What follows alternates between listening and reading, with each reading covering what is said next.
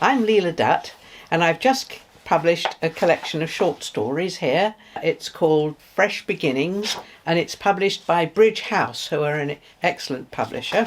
It's on Amazon for £7 and threepence. And it's a great mixture of stories. Some of them are quite short and funny. Some of them are poignant, widows losing their grandchildren. There's one narrator who isn't a human being at all, but he seems to strike a chord with us. There are two time-travelling stories, including one where some cousins go to 19th century Copenhagen. They're thought-provoking and uplifting, and some of the reviewers find that they made them cry and laugh and see the world through a stranger's eyes. This one's called All in a Day's Work. It's from the manager, Tesco Express, Teaguin Avenue. Dear Mrs. Blenkinsop, thank you for your letter of the 31st of August. I regret that as we are a relatively small store, we do not have the space for a Christmas grotto along the lines that you suggest. So I must decline your kind offer to act as Mother Christmas in December. Thank you for your complimentary remarks about our store, and I hope that you will continue to shop with us. Yours sincerely, J.S. Dobbs, Manager.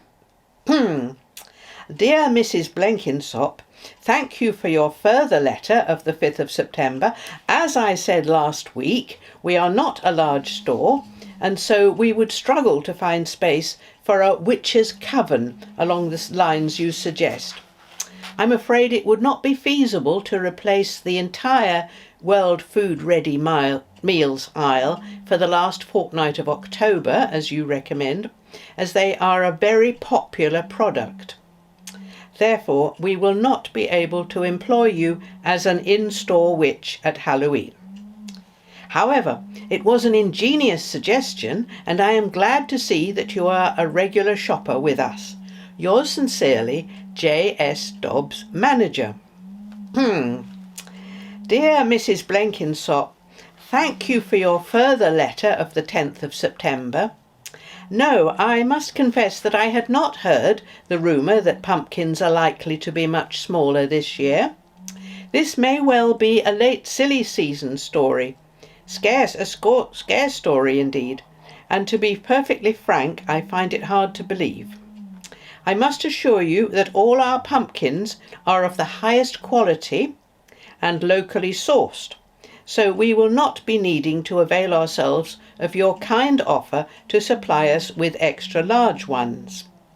Yours sincerely, J.S. Dobbs, Manager. Dear Mrs. Blenkinsop, I must protest in the strongest possible terms at your further letter of the 16th of September. I assure you that I was not aware that your partner was of mixed Ghanaian and Jewish extraction, and I strongly refute the implication that if I had known this, it would have influenced my decision as to whether to employ you as a witch in our store, or indeed purchase giant pumpkins from your allotment. Such decisions are generally left to me as manager, and I can assure you they are never affected by considerations of race. My wife is in fact Chinese, as it happens.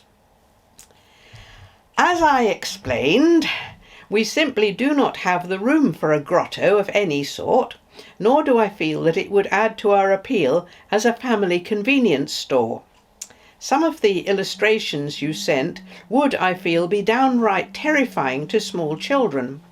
My own daughter is just 4, and when I showed your picture to her, she burst into tears and declared that she would not be coming to Daddy's work any more in the future. Yours sincerely, J.S. Dobbs, Manager. Dear Mrs. Blenkinsop, as I thought I had made clear in my letter last week, I have absolutely no prejudice against any race, let alone the Jews or black people in general, nor indeed any other race. I deeply resent your accusation, and I find it inexplicable that you have resorted to a solicitor to deal with this matter. Since we have never agreed to employ you, there cannot possibly be any question of unfair dismissal, and you have no rights under employment legislation. I'm sure that your solicitor will advise you of this. Yours sincerely, J.S. Dobbs, Manager.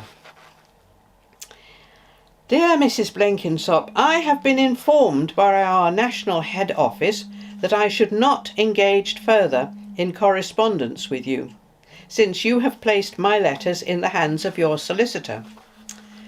I would, however, just like to add that when you referred to your partner, I had absolutely no idea that yours is a civil partnership and that she is in fact a woman. You are quite wrong in inferring that I must have read about your ceremony in the South Wales Echo. I assure you that those articles passed me by. My work as manager here is extremely stressful and takes up pretty well every waking moment of my life. My wife keeps a photo of me in her purse to remind her of what I look like. And I simply do not have time to read idle tittle-tattle in the newspapers.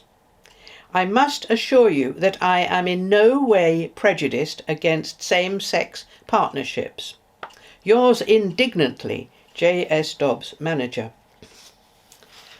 Dear Mrs. Blenkinsop, as I thought I had informed you on the 1st of October, our Chief Executive in Welwyn Garden City has personally intervened and forbidden me from corresponding with you.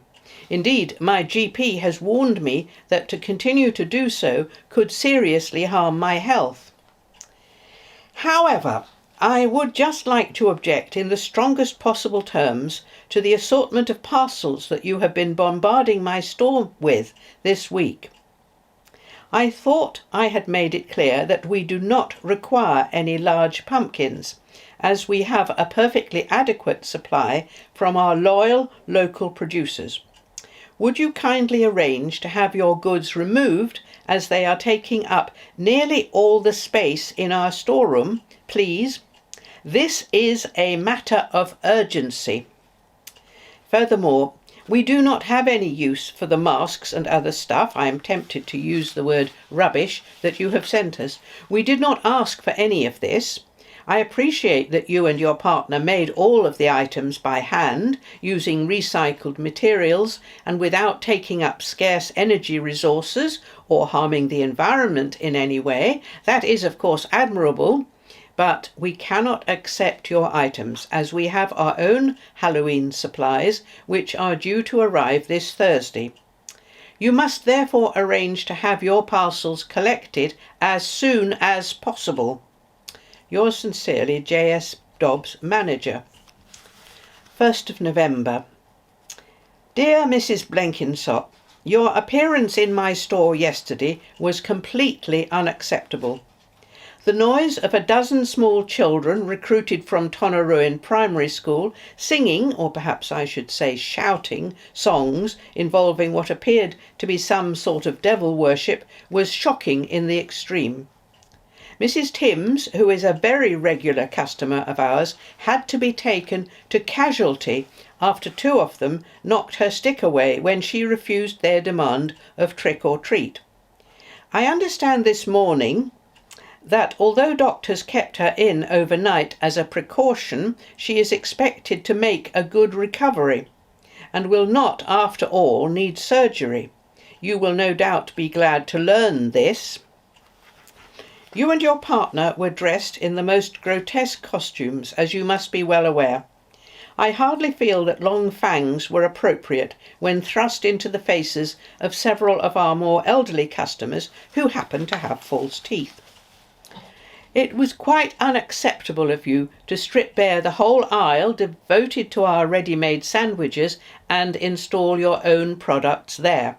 As I tried to protest at the time, we do not wish to market your toffee apples, wholesome though you claim them to be, nor indeed are we able to sell products containing snails or parts of toads.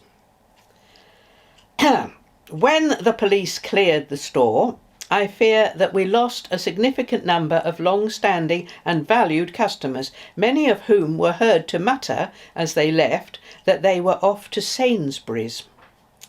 I hold you personally responsible for this outcome.